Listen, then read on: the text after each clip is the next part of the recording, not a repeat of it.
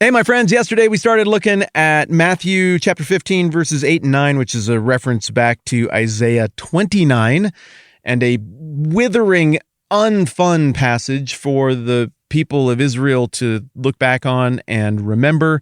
And so we're in the middle of unpacking what is really just another one of these brutal verbal beatdowns that Jesus gives to the religious leadership, where he's making the point that our two visions for how to resolve the problem between God and man are really incompatible. So this is one of those ratcheting tension passages, one of these look back at the Old Testament passages.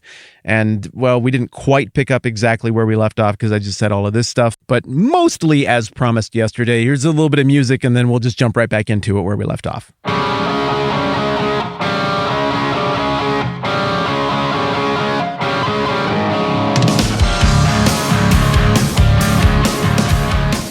So now back to Matthew 15. What Jesus is saying, and what the original audience would have caught here, is that the Pharisees have misplayed the game of one away. They've whiffed on this gambit that they've made to step into these positions of spiritual leadership and be like, we have this covenant with God, who is the one true God, and we did not get things right in the first temple period.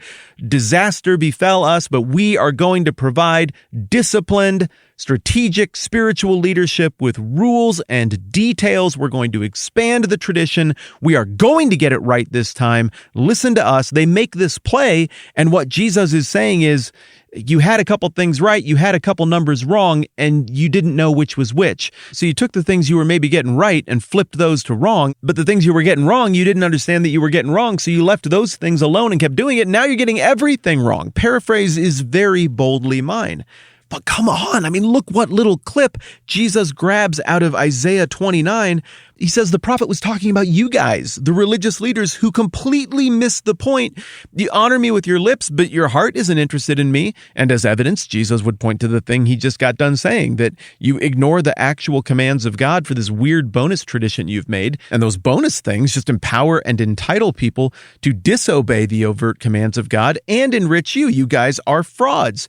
I can tell by your policies where your hearts are at, he is saying, and they are wrong. You now have all 5 numbers of one away incorrect. Your worship is in vain. The teachings that you guys are throwing out, they are but rules made by men. Jesus is denouncing the entire oral tradition. Now look, there might be things in the oral tradition that happen to overlap precisely with the law of God, and not the least little dot of an I or cross of a T is going to go away from that. That is all fulfilled in Christ. We don't ever see Jesus or the New Testament denounce the law as being a thing where God made a mistake. But remember, key verse of the entire book of Matthew, Matthew 5:17, Jesus clearly says, don't think that I've come to abolish the law and the prophets. I didn't come to abolish them, but to fulfill them. Well, pretty clearly, based on what we're seeing here and in the eating grain in your hands on the Sabbath day controversy from a couple pages back, Jesus is not talking about being the fulfillment of the extra-biblical oral law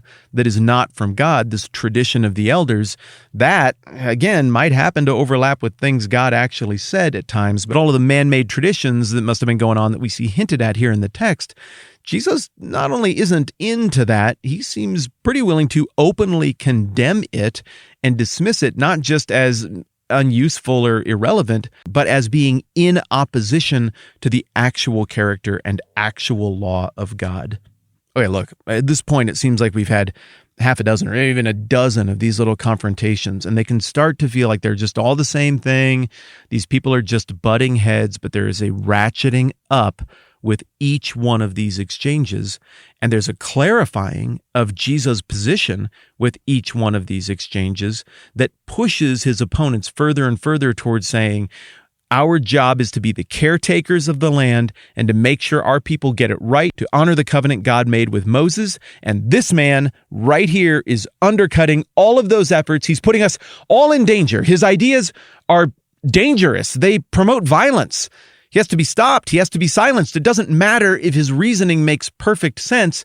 His ideas are absolutely devastating to our entire strategy and our entire game plan for making sure everything works out. And this guy, not us, has to go away and be dealt with.